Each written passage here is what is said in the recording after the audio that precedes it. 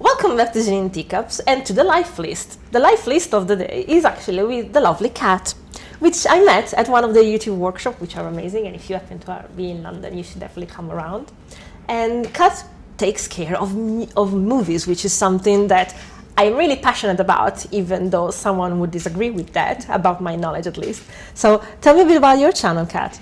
So my channel is called GiTC.TV, and I do film reviews, film festival coverage as well, kind of discussions, kind of like this, all sorts of things really, just everything about movies. I just really like movies. That's fair enough. And you were actually part of a collective channel before, weren't you? I was, yes, but I've kind of just focused on Cinescapist now, and it's been going really well actually. Weren't you in Edinburgh last week, I want to say? I was, yeah. I went to Edinburgh Film Festival. Wow. It was such a good time. I could only do 1 week out of the 2, but it was just so much fun. I saw 12 movies, interviewed so many directors and actors, and just learned so much. And I got to talk at a panel about getting started as a film critic. Wow. As well, yeah, that was crazy. It was I'm only just starting this crazy journey myself, but it was really good to actually talk to people who are interested in doing this as well, and just kind of going, if I can do it, you guys can do it. Anybody can do it. Just go for it. Oh wow! So is the stuff from the Edinburgh Festival gonna be out on your channel then? Yes, it's going to be there. Yeah. I can't wait for that. Interviews and stuff. Interesting stuff. Okay, so today we're here, and I thank you so much for taking the time to join me to talk about your 10 songs of the life and connected to life stories of your history so far. And you're starting off really well. I really like what you've presented to me because you start off with Linkin Park, don't yes. you? So how come Linkin Park for you? I really like them as well. Well, I mean, I was a teenager when Hybrid Theory and Matera came out, and I was angry. I was an angry kid, and so those albums really just fueled that, but also kind of gave me an outlet for it. And just I love those 2 albums so much, and picking a favorite was hard, but because this is a life story sort of thing, so I picked Easier to Run, which I very vividly remember. I was on a road trip with my family, and it was late at night, and we're driving up this mountain in Greece, and I could see, I was just looking out the car window, and with my headphones on, I think it was a Walkman or one of those CD players, the big ones. And the intro to that song comes on, and far away, I could see the city lights. I think it was either in Khalkidiki somewhere or Pili. I don't really remember because I don't remember what year this was. I think 2002, 2004. I would say. So around so I was pretty much a kid. And I was just looking out at the lights and thought, oh my gosh, if this was a movie, this is a soundtrack moment. Yeah. And it's very rare that a moment like this will come on where the music you're listening to and the things that are happening are perfectly in sync. And that was one of those moments. And I remember registering this in my head, I'll always remember this. This is really cool. And so that's why that song kind of always evokes that day for me and that trip. It's really interesting that you bring that up because I think last week we just mentioned the same thing with Elena. Most of her stories came up because were somewhat related to road trips or the moment that actually a song clicks into your head and becomes the way that you will remember that moment. So becomes a trigger for that. And it's relatively rare, but when it happens, again, it sticks with you forever, doesn't it? So beautiful. So we'll leave Linkin Park and Easy to Run here for 10 seconds so that you can take a look at it and then come back if you like. And if not, the next one that we have on the list, it's something that I will never be able to pronounce. So I suppose it's in Greece. It is, yes, it is, yeah. Greek. And I'll leave you to introduce that. All right, so the next song is called Μ' αρέσει να μη λέω πολλά, which means I like not to talk much. And the band is called Υπόγεια ρεύματα, which means underground currents.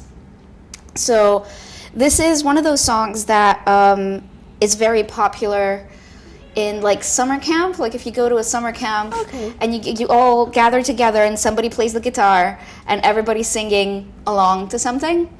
And this was one of my favorite songs to sing with, you know, my summer camp friends. It was like I wanted there to be a Greek song in my playlist because like it wouldn't be fair if there wasn't, you know, because as much as I mostly listen to English language music, it's still, you know, it's still part of me. Oh no, I wanted there to be a Greek song. I'm not sure that this is my favorite ever Greek song, but it's up there. It's right up there. I hear you. When I did the first playlist that actually then became the LifeList, and it was my own, I had an Italian song there as well. It was literally just one. But actually, one thing that I noticed about your playlist is that you're much more cohesive than I was. And even this song, as much as it's a different language, sort of goes along with the rockish but melodic style of every other song, apart from a couple then that we explore for different reasons, which I can't wait to get to. I'm glad you think I'm cohesive, because as I was putting this list together, I kept thinking, my God, everything is a different genre. I must look like a crazy person. Oh no, believe me. But also, No, after Natasha brought to us, I think it was Elton John and then Sir Mix-a-Lot. I think not. That is the kind of stuff that I am dying for every time. Like, yes, bring me stuff that I could never imagine just to post together. So, no, that's more. And actually, again, the moment that we get around the 7 or 8, that will be really interesting. So stick together for that, because it's going to be really, really nice. Actually, okay, you're going to say the title again while I hold it here. All right, so here we have Υπόγεια ρεύματα with Μ' αρέσει να μιλάω πολλά. Enjoy. Going into the third song now, it's actually a song that we share in our playlist, because I have it, I think, around 6 or 7 too, and it's Starlight by Muse. So what is your story connected to this one? We're talking about 10 years ago now. Oh my God. Yeah. So I sang this song at my high school graduation. Wow. There's no video of this, sadly. It was such a beautiful day. Such a beautiful moment, and my best friend Alice and I picked this song. She was a year younger than me, but I invited her, so it was 3 of us singing this song together and just kind of like harmonizing. That is such a complicated song as well. Yeah, so it was like the 3 of us plus a pianist, and so we sang this song because it was all about leaving high school, leaving what we knew. A lot of us, I mean, I was headed to England for uni. A lot of us were headed different ways, different paths. We would sail away, you know, and that was the sentiment that I wanted to convey with a graduation song. And yeah, it was beautiful experience. Are you absolutely sure there is no video of this? Because it sounds like an amazing moment. I'm gonna put a call out. If anybody has video of the 2007 Anatolia College graduation, please. I don't have video of it, and I would love some. Yeah. Oh. Meanwhile, we can. Okay, fine, Matt. We'll take your original version. Meanwhile, which I always thought it's such a waste, considering that it's such a beautiful song, and all the thing is about the shape. Next one, you rightfully said it yourself, starts the Canadian pop punk phase of the LifeList, and it starts with Good Charlotte. Yeah. And WaldorfWorldWide. Yes. Nobody knows this song. Okay, so my favorite Good Charlotte album is their first album. It's called, aptly, Good Charlotte. And it's, I think, from 2004, might be wrong, but basically I was 14, 15 when I met my best friend Alice, and we would listen to that first album. It's very harmonies, really just like, you know, walking down the streets of DC, just kind of like, you know, without a care in the world. And WaldorfWorldWide is one of my favorite ones because of the harmony, because it's really fun to sing. We would just hang out. There's this bridge by in my town that just goes over a really big, busy highway right next to the sea. And we would just like hang out at the top of the bridge there, just sit down, and sing Good Charlotte harmonies. And that's yeah, that's such a big part of my life, actually. Singing the Good Charlotte Hamlet. See the beauty of being a civilized country. In Italy, you are forbidden to do that and to be on bridges over highways because they throw stones. But anyway. Oh wow, Italy. Yeah, no, we're a very uncivilized country, I unfortunately. mean, see, like I thought we were uncivilized, but we don't throw rocks at cars. No, we're rude. the worst. Oh. Don't get me started going I feel there. better now. Yeah, no, by all I feel means. much better. Yeah, by all means, we can be nasty. Wow. Wow. I said rude. I swear to God, that's actually forbidden. You cannot stay. You can transit, but you cannot stop on a bridge that goes over a highway. Sorry. Sorry, highways apart. You can take a look at the Good Charlotte song in question here, and you can go, you can come back, and if you're already back, thank you for coming back. And now we're going to the next one, which is Simple Plan. Which for a second there I completely mistaken for Simply Red, and I was like, that's weird in the middle of this. And then I was like, then I actually went to the video and I was like, oh no, it completely makes sense. It's just my age that is coming to me clearly. Yeah, so this song is When I'm Gone. It's actually, I mean, I was a fan of Simple Plan way before that album. I think that's their 2008 album, which is third or fourth album, but that's when they decided to make an album called Simple Plan. Mm-hmm. And the eponymous album. Yeah. Like until then, they had like album titles, but for this one, they just kind of went eh. And so this song really is about, to me, when I first heard it, like it's one of those songs that you hear it and you go, "This is about my life," and you start crying because it's like, oh my God, it's like they knew, and it's really about why I wanted to leave Greece. Mm-hmm. But I mean, I was already here when I heard it anyway. But it was just like such a perfect sentiment. It was like, that's exactly how I feel. I feel like, you know, like my future is out there, and if I wait for people in my country to give it to me, like I wanted an artistic career, I wanted to create things, I wanted to be a writer, and that sort of thing in Greece just doesn't happen. I hear you. So it was like, if I want that, then I have to leave, and I have to go out there and grab it. And so that's why, yeah, this song is such a big, like I listen to it every time that I feel like I need to motivate myself. Mm-hmm. If I'm feeling down, or if I'm feeling lazy, or if I'm feeling like, you know, nothing in my life is working, and what am I doing? Just put this song on, and I remember everything. I am amazed. I'll leave it there for a second. I am amazed because you brought up a very good point that I always, I think it's probably at the basics of and the foundation of me wanting to do stuff and work in the music industry. And it was because, ironically, compared to movies and actors, it always impressed me how the dichotomy goes between when you're an actor. I mean, you have clicked there if you wanted to by now, so.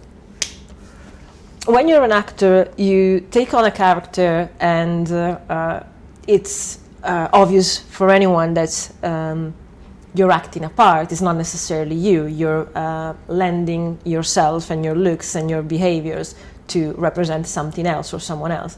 While the level of identification that music can bring is raw to a level, because for what you know and for what it should be technically, it's the whatever the writer or the singer-songwriter actually felt himself as a person, not as a character. So there is the thing that always scared me was when something was touching me so much because it felt like it was personal, and it would my objective at that point would be to sort of reach out to these people, because and say thank you. Exactly. Thank you for writing this, for expressing what I couldn't, absolutely. And then the other, unfortunately, the other side of the coin became of, what if you wrote it because it sounded good and you didn't quite get what I got from it? Which is the other side of the coin, where it's like, so who decides what a songs mean? Mm-hmm.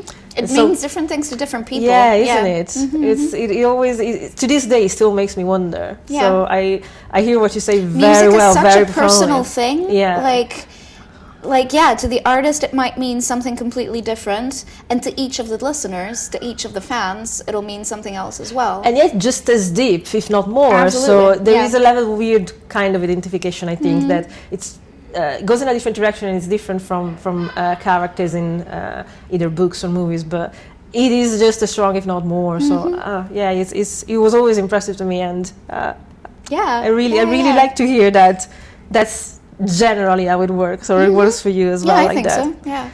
Yeah. Okay, next one is still in the same style. Marianas Trench, Desperate Measures. Yes.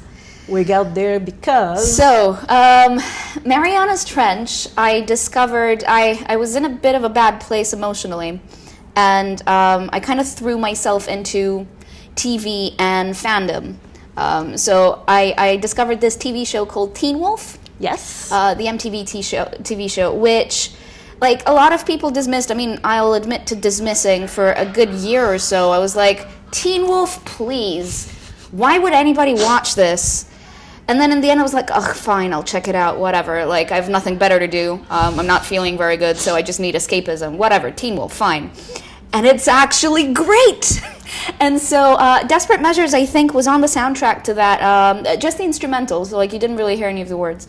But I was like, this is fun. So I was compiling a Spotify playlist of every song that has been on Teen Wolf. And Marianas Trench came up 3 or 4 times, I thought.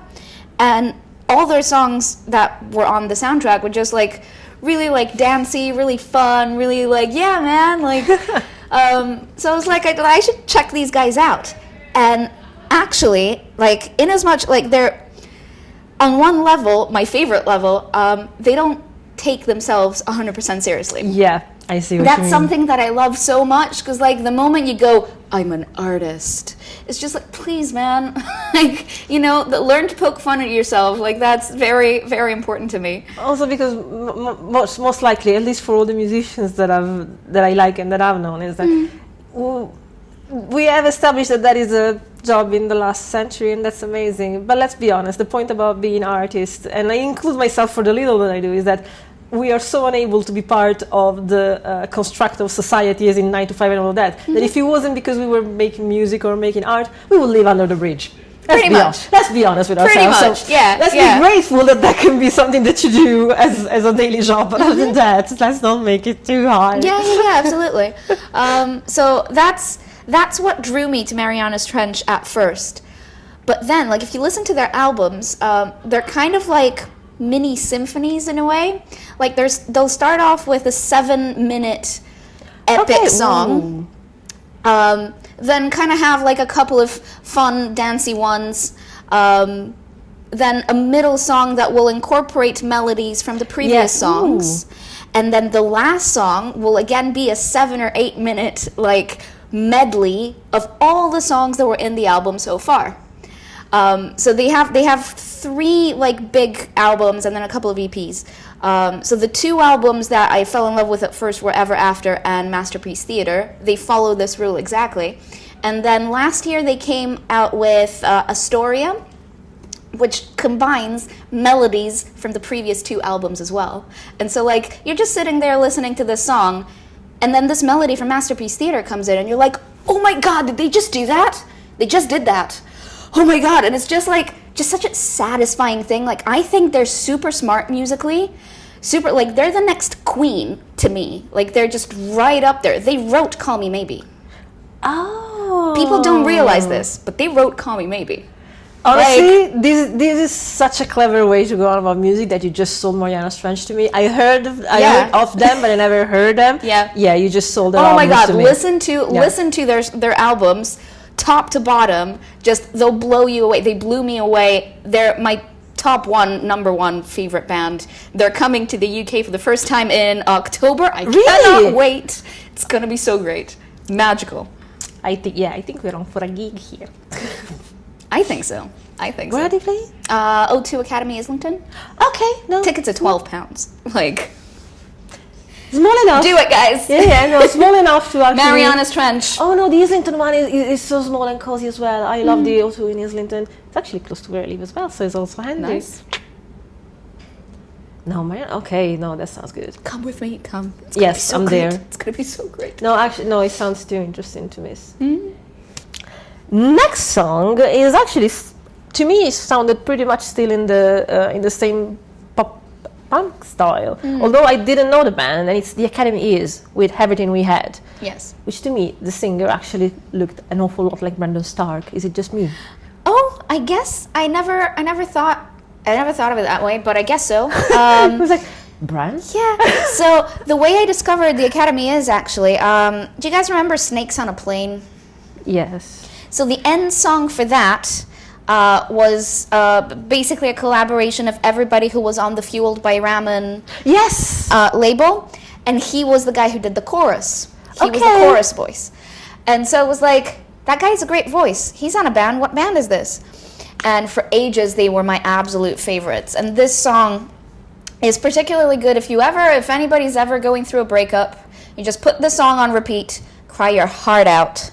Like it's just like it's that's the way that you go through emotions. yeah, I yeah. agree. That's it helped me very much when I was like about 16. Like it was just thank you, William Beckett and The Academy Is. Sadly, they've disbanded now. Oh. As have a lot of my favorite bands actually. It's usually the drummer who leaves first, and then the rest of the band just kind of goes, yeah, let's quit. It's over. I mean, we have royalties that pay in anyway. Yeah, exactly. But yeah, that's how My Chemical Romance split up as well. Aren't they going back together now? No, they're all just doing their own little solo things, which is great. They're actually pretty good. But The Academy Is as well. They're all kind of doing their own things now. Okay, we'll even hear for good memories at all times then. I actually really like what Jared Way did for It's pretty good, isn't it? Yeah. I went to see him live for his solo tour. Really, really good gig. Yeah, this next one, I'm gonna have you introduce as we did the second one because I'm definitely gonna do something wrong. It's okay. And so it's. All right. Yeah. Okay. So the next one, the next song is called Niji, which means rainbow, and it's by Kazunari Ninomiya. That's the guy's name. I can't translate that. Okay. He's part of this Japanese boy band. Their name is Arashi, which means storm.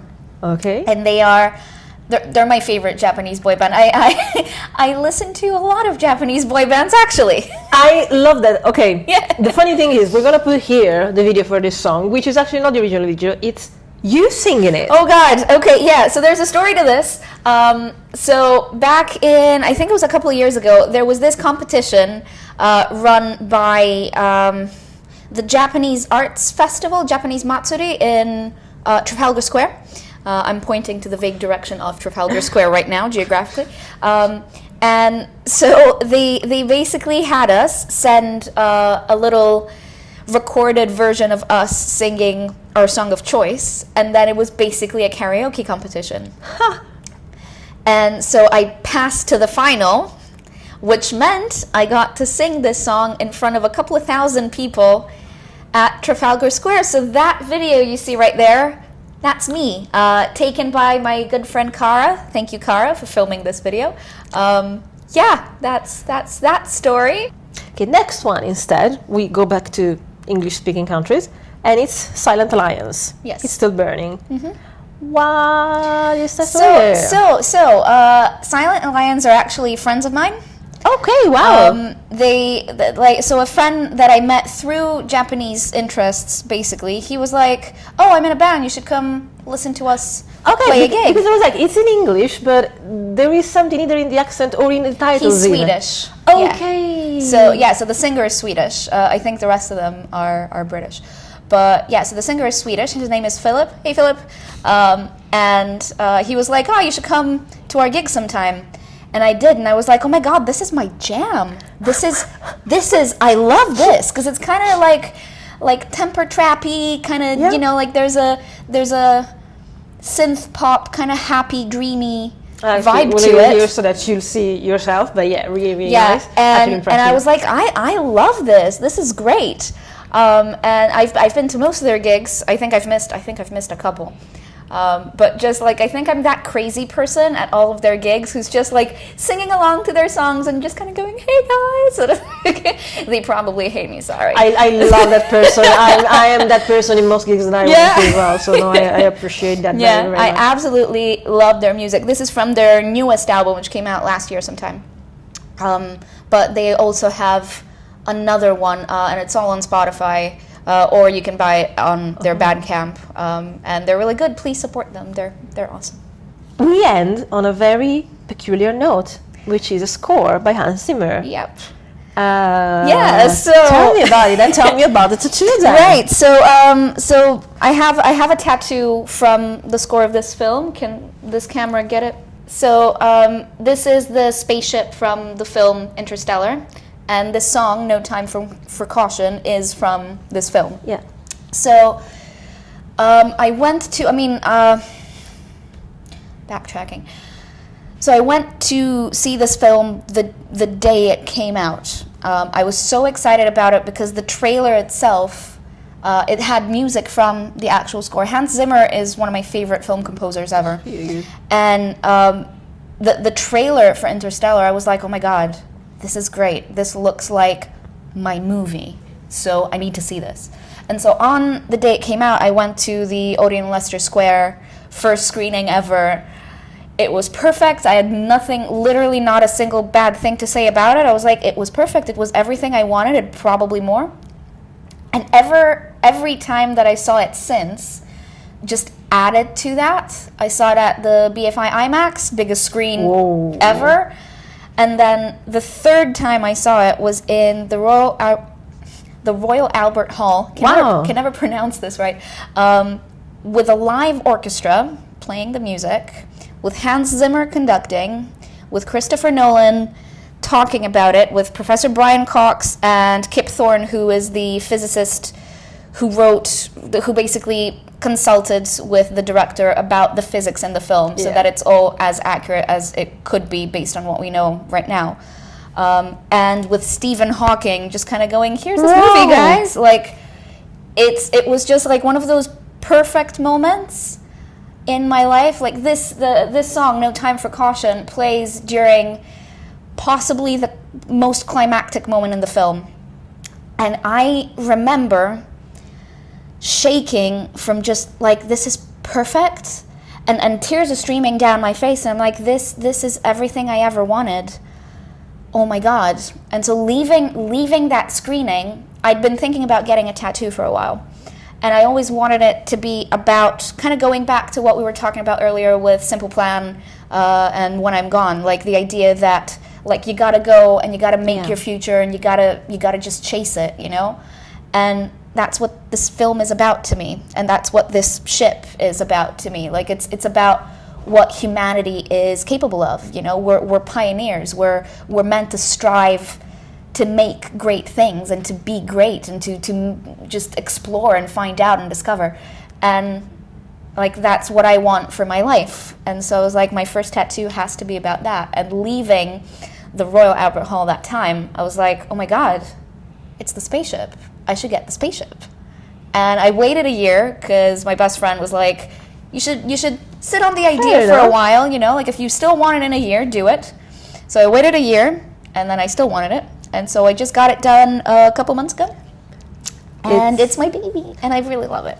And every time I look at it, this song plays in my head. So I love that kind of I have the word in Italian? No, in German actually in my head, which I don't speak. That is the sense of going with the flow and actually directing the flow and taking initiative enough for the flow to follow you at some point. And that's that kind of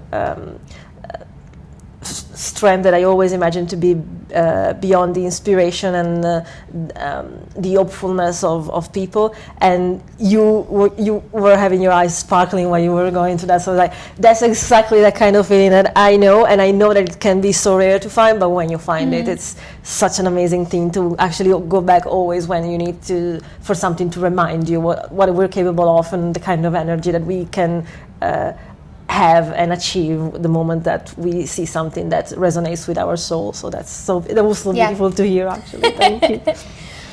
Kat, thank you so much for being with me this week. Thank you for having me. I adore the story that we went through thanks to you, and I definitely have new stuff to listen to, which I always like to. Marianas Trench, I'm coming. Oh my gosh, I'm coming for you guys. I'm coming for you, just saying. And it's always nice actually to talk about that Japanese stuff and talk about that. And again, with the stuff that we have in common with Muse and Linkin Park. So again, thanks so much. It's been so lovely. And actually, check out Kat's channel, because we'll be doing a video there as well, talking mostly about movies. Talking about film. That's what she knows about, and that's what I love about, but I never have an excuse to talk about.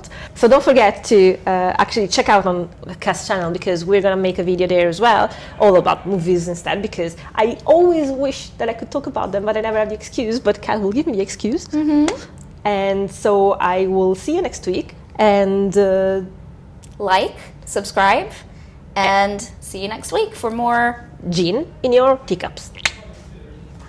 And just like flashing lights, confetti, smoke machines, like this big giant disc thing that was swirling above us. And I mean, kind of the highlight of my, like, I don't know, life, I got to talk to Daniel Bruhl, who's like one of my favorite actors. Granted, I asked him a little bit of a silly question, but he's a stand-up guy. He likes that kind of thing.